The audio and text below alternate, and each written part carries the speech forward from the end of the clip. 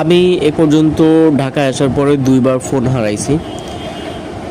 প্রথমবার যখন ফোন হারাইছি তখন একরকম হয়েছে, এবং সেকেন্ড টাইম যেভাবে ফোন হারাইছি সেটাও একরকম।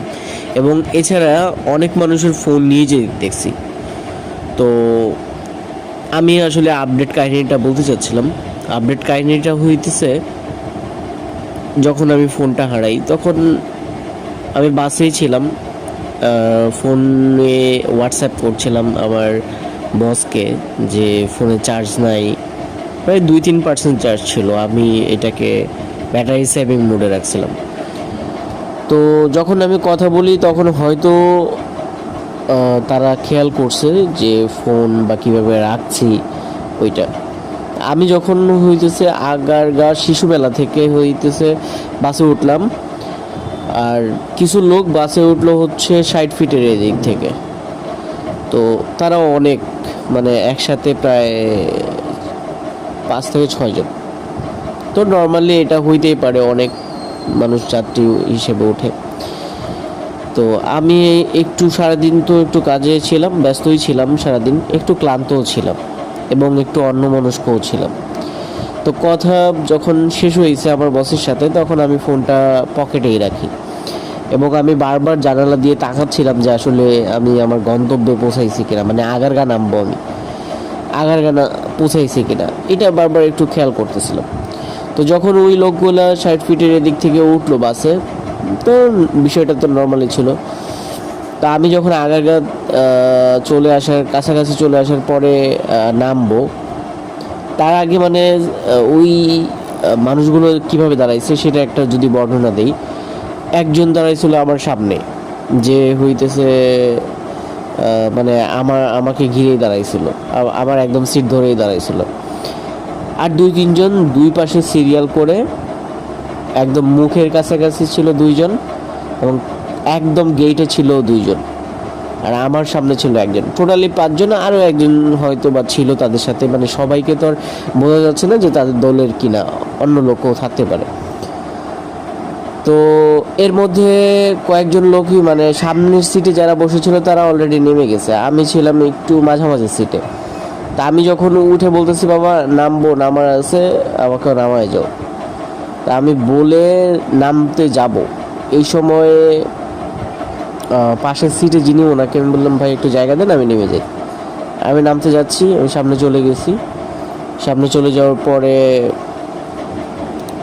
একদম বাসের মুখে, মানে যে ২ জন দাঁড়ায় আছে একসাথেই, ২ জনেরই পাশা মোটামুটি কাছাকাছি লেগে আছে। তো আমি বলতেছি ভাই সাইড দেন, আমি নেমে যাব। তারা বলতেছে ভাই সামনে দিয়ে যান। আমি বললাম ভাই সামনে দিয়ে জায়গা কই, সামনে দিয়ে তো আপনি দাঁড়ানো, আবার এই পাশে উনি দাঁড়ানো, তার মাঝখান দিয়ে একটু চাইপা জায়গা দেন, আমি নেমে যাই। বলতেছে আরে ভাই সামনে দিয়ে যান না। মানে ব্যাপারটা হয়েছে যে আমাকে রাগান্বিত করে। আমি তো দেখতেছি যে আমার সামনে কোনো জায়গা নেই, কিন্তু সে আমাকে বারবার বলতেছে আরে সামনে দিয়ে যান, আরে সামনে দিয়ে যান। আমি বলতেছি আরে ভাই কি ফাইজলামি করেন নাকি, ২ জনে ২ পাশ থেকে দাঁড়ায় আছেন, মাঝখানেও আটকানো, আপনার এই পাশেও তো জায়গা নাই, আমি কোন দিক দিয়ে নামবো? পরে ভাই এই যে এদিক দিয়ে নামেন, মানে কোন দিক দিয়ে যে সে বলে, মানে ব্যাপারটা হচ্ছে যে সে আমাকে আমার ব্রেইনটা কাজে লাগানোর চেষ্টা করাচ্ছে, যে আমি খুঁজবো যে আসলে এই দিক দিয়ে কোন দিক দিয়ে। আসলে কোনো জায়গা নেই, সে সিটের সাথে লাগায় দাঁড়ানো এবং পাছাটা একটু বের করে দেওয়া, তার অপোজিটে যিনি আছে তার পাছাটা লাগানো এই পাশে, সেও সিটের সাথে লাগানো। তো তার মানে হচ্ছে যে আমি এখান থেকে বের হইতে পারবো না। সে যখন বলতেছে যে এই যে এদিক দিয়ে, তখন আমি কনসেন্ট্রেশনটা ওই দিক দিয়ে দিতেছি, ওখানটায় দিতেছি। আর এর মধ্যেই আমার পকেট থেকে ফোনটা টান দিছে, মানে হাতের বামে যে ছিল, ওখানেও ২ জন ছিল, তাদের একজন টান দিছে। আমি মোটামুটি একটু পাইছি যে আমার কিছু টান দিছে, পকেট থেকে ফোন টান দিছে। আমি তাৎক্ষণিক ফোন, মানে পকেটে হাত দিলাম। হাত দেওয়ার সাথে সাথে আমি বললাম আমার ফোন, মানে আমার পকেটে ফোন নাই।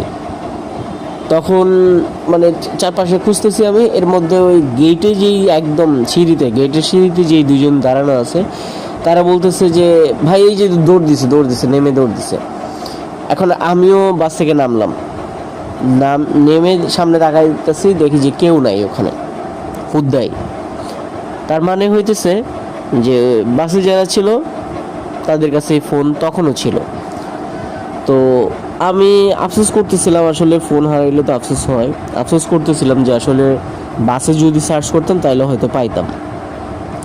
তবে পরে যেটা বুঝলাম যে আল্লাহ আসলে আমারে বাঁচাই দিছে, তখন আমি পাইতাম না। কীভাবে পাইতাম না?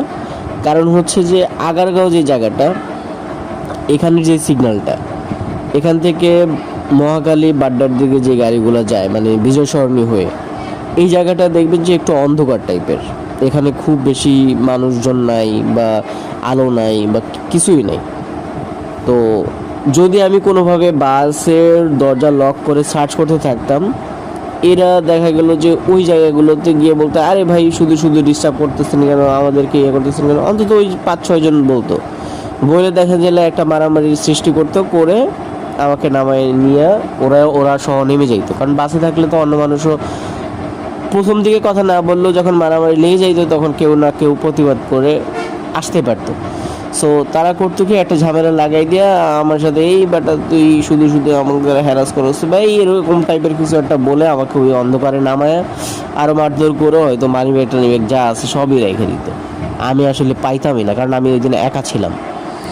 সো ব্যাপারগুলো হইতেছে এইরকম। আর এখানে সাজেশন থাকবে একটাই, যখনই যেখানে যান বাসে উঠা এবং নামার সময় মানি ব্যাগ সামনের পকেটে থাকতেই পারে, আর যদি বোতাম থাকে পেছনের পকেটে বোতাম লাগাই নেবেন। আর ফোন সব সময় হাতে রাখার চেষ্টা করবেন, যত যাই হোক ফোন হাতে নিয়ে উঠবেন, ফোন হাতে নিয়ে নামবেন।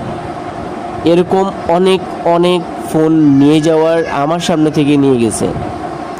বাসে যখন আমরা একসাথে উঠছি তখন একটা গোলযোগ সৃষ্টি করে যে অনেক মানুষ উঠতেছে কিন্তু আসলে সব তাদের লোক, এবং পরবর্তীতে কারো না কারো ফোন নাই হয়ে যায়। সো বি কেয়ারফুল, এই ট্রিক্স। এবং এর আরেকটা ফোন আমার হারাইছে, সেটাও আমি বলবো অন্যদিন, এবং অন্যান্য যেগুলো আমার দেখা বা জানা মোটামুটি আমি শেয়ার করবো ইনশাল্লাহ।